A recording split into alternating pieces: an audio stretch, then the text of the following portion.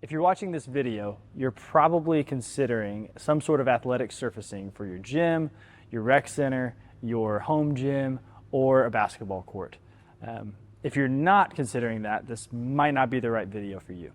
When considering different sports flooring options, there's a lot of things that you need to be aware of to be able to make the right decision for your facility. You need to be aware of the flooring's shock absorption. You need to be aware of its traction properties, its life cycle cost, its ball bounce, its overall cost on the upfront side, and how much maintenance it's going to take over the long run. We're going to look at wood flooring, we're going to look at modular flooring, vinyl, and rubber floors. They all serve different purposes, and they all may have the right fit for you, but at the end of the day, our hope is to inform you as to which one is going to be best for you and your application, fit your budget, and ultimately match all of the goals you have in the long term. So a quick overview of some different types of floors that we really don't recommend, that we've seen in people's gyms or athletic facilities. VCT tile, most likely the least expensive thing that you can do other than raw concrete, but provides no safety. Carpet, this is a very common thing we see in gym floors in elementary schools, even some middle schools. It's both very unsafe, it's also very unsanitary. It holds a lot of bacteria and can become quite gross over time. I've also seen, believe it or not, is Tractor Supply rubber mats for horse stalls. These put off, I think, a mercury outgassing that you really cannot have in an indoor facility. Anytime you're considering doing an athletic floor, make sure it is a true athletic floor and it meets the right compliance specifications to be in an indoor environment and be at least relatively safe for athletic play on top of it. With hardwood floors that are suspended above the ground, you typically have a concrete slab and then there's furring strips that are run. There's a 1 to sometimes even up to a 3-inch space between the ground and the playing surface. That provides all of that very good shock absorption and the vertical and area deflection that you find are really valuable properties in a athletic floor. If you want to know the definitions of those things, feel free to check out our blog. We're not going to dive into the technical details of all of this stuff in this video. But with the hardwood floor, you have a beautiful finish. It's traditional, it looks great. It's what most people from a basketball standpoint prefer to play on because it's what's familiar. You see this in majority of competition high schools. College is completely played on hardwood floors, and NBA and international play is all on a suspended hardwood floor. With this, you get great cushion as well as very good durability properties. So they can handle heavy rolling loads and they can handle a point impact of a player coming down and falling and provide protection to that athlete. So they have great traction, they have good shock absorption, and they have good durability. The downside of a hardwood floor is that oftentimes it's the highest price point at the upfront. They have one of the highest life cycle costs of any of the flooring products that we're going to review. Between every 1 to 5 years, you're going to need to pay a company to come and re-sand and re-screen with a polyurethane finish and redo the lines as necessary. This can cost you between $2,000 to $20,000 depending on how big your facility is and how extensive the repairs are. That also is going to require that you have an HVAC system or an air conditioning system that keeps the humidity between a certain threshold. If it falls outside of that threshold and you get too much moisture or humidity in your gym, you could have very severe warping of the floor to the point where it could be totally unrepairable. So it's very important that you have the right facility to maintain this. You are not able to shut down your facility or turn the thermostat up in the summertime and save on money that way. You have to keep it at a constant temperature year-round, and this can be really expensive. Wood floor can be a great solution. If you can afford it and it meets your needs, it can be the perfect floor for you. Now that you've learned a little bit about wood floors, there are several types of different floors that you can choose from. One other is vinyl. A vinyl floor comes in typically 4-foot rolls and is adhered directly to your concrete slab. In a vinyl floor, and with all floors, there's pros and cons. So let's start with the pros. With a vinyl floor, your options vary. They come in multiple sizes and colors and thickness. And when looking at the thickness of a vinyl floor, they're typically preferred for volleyball. The thicker the cushion, the better the absorption. Due to the high shock absorption of a vinyl floor, it's typically preferred for competitive volleyball when installed over a suspended wood floor or modular surface. Additionally, cushioned floors are preferred for cafetoriums and mixed-use gymnasiums. And finally, when properly maintained and cleaned, they provide excellent traction when running, jumping, and stopping. There are also cons to installing a vinyl floor. Vinyl floors are very susceptible to moisture. Moisture coming from underneath the slab, which is very common, can cause bubbling as well as cracking in the vinyl flooring. This can be a very costly repair, and often patchwork never looks natural. In 10 to 15 years, when you decide to replace your vinyl floor, it's going to cost a good bit of money. In addition to, it has to be completely stripped out. Sometimes this stripping of the vinyl flooring can cause damage to your concrete slab as well, which then also increases your costs. They do not have the squeak, and they don't have the normal slide of a wood floor, and that can cause unintentional injuries to your athletes and those that are on your floor. If your floor is too clean, it can actually become tacky and sticky. And so when you're jumping or running or stopping, you also run the risk of spraining your ankle or twisting your knee. So keeping and maintaining your vinyl floor is imperative if that's the choice of flooring you should decide to put in your next gymnasium. Also, a vinyl floor cannot be refinished like a wood floor can. Instead, it must be torn completely out and replaced. These are options and things that you should consider when choosing to install a vinyl floor in your facility. In the mid-1960s, a synthetic floor was created that could pour down directly on top of concrete, adhere, bond, and be painted so that it could be used as a cushioned gym floor. What they didn't know at that time was that those poured floors eventually would become thinner and thinner to where it may only be 1/8 of an inch thick on top of a concrete slab. The product is leveled out, it's self-leveling. Then once it's dried and cured, they might put an additional coat of urethane on top of that to where you might be 1/8 to 1/4 of an inch thick, and then lines are painted and begin to play. What was not anticipated was that the traction on these floors were sometimes very, very good and oftentimes too good. So we had a lot of high instances of injuries with stopping and starting and creating stresses on the knees and the legs. Shortly, I guess within the last 20 years, a concept called a pad and pour urethane came onto the market. To get more cushioning, a roll of rubber is put down on the floor and glued to the concrete. Then on top of these rolls of rubber that are butted up and seamed together will come the poured urethane in various thicknesses that will then adhere to the rubber, which is adhered to the concrete, and lines are put on top of that. That, once again, can be in various thicknesses. It can be as thin as 1/8 of an inch and all the way up to 1/2 an inch.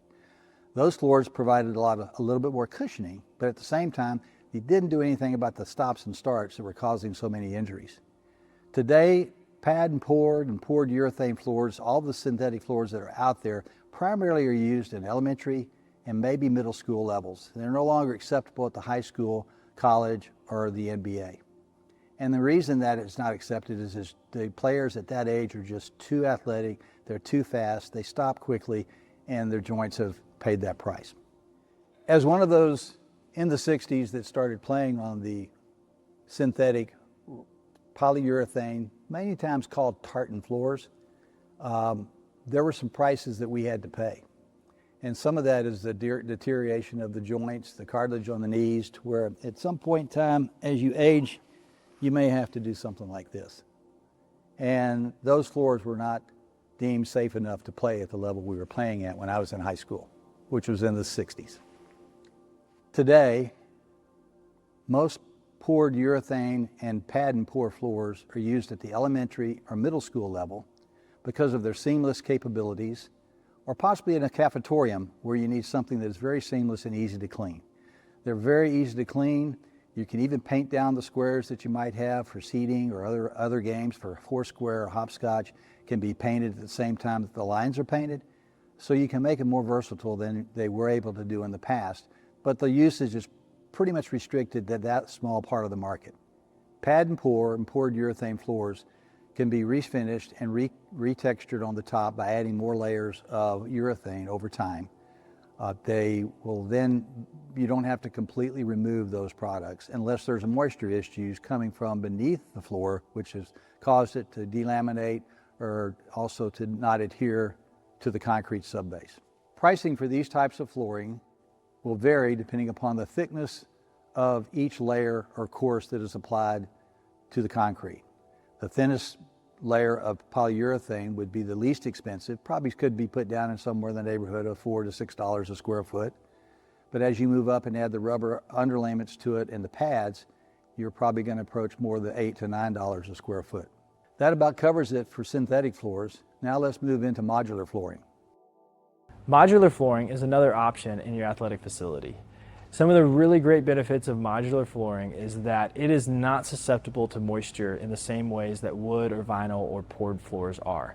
You can shut down your facility, you can turn the temperature up, it can have a decent amount of humidity in the floor, and there can even be some moisture problems in the slab itself. And it can be resilient to that and not be damaged. So it can be a great solution for unair conditioned or lowly air conditioned or insulated buildings. It also has very good vertical shock absorption depending on the type of underlayment you have. And it's very unique in that it also has lateral shock absorption. So it has safety built into not only the jumping vertically, it also has it horizontally. This is one of the reasons why the USA Volleyball programs have used this for decades as their primary source of flooring for travel competitive and even the NCAA championships. Another great function of modular floors is depending on the type, it can have the same coating as an indoor wood floor. So it can have the same squeak, shine, and almost the same look as an indoor wood floor. So you get that premium look without that premium cost and without some of the maintenance headaches you might have coming down the road. Installation is a very fast process because there's no sort of adhesion or permanent application that needs to be done. Typically a gym floor can be installed between 2 and 4 days, which is very fast compared to other things in the industry. It also has one of the lowest, if not the lowest, life cycle costs on the market. Because the finishes can be factory applied, they're much more durable and resilient to long-term wear and tear.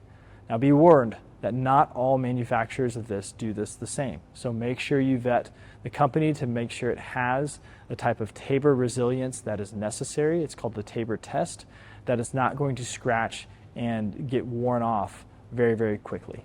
The maintenance and life cycle on a modular floor can be quite advantageous. If cared for correctly, it can require 0 to very minimal investment in towards yearly or bi-yearly maintenance. This is really going to cut down on your costs from facility ownerships because you do not have to do a sanding and recoating as compared to a wood floor. And then your life cycle, it's warranted typically for about 15 years, and you can expect, if cared well for, to get a good 20 to 30 year life cycle out of your product. So that all adds up to one of the lowest life cycle costs of any other floor on the market.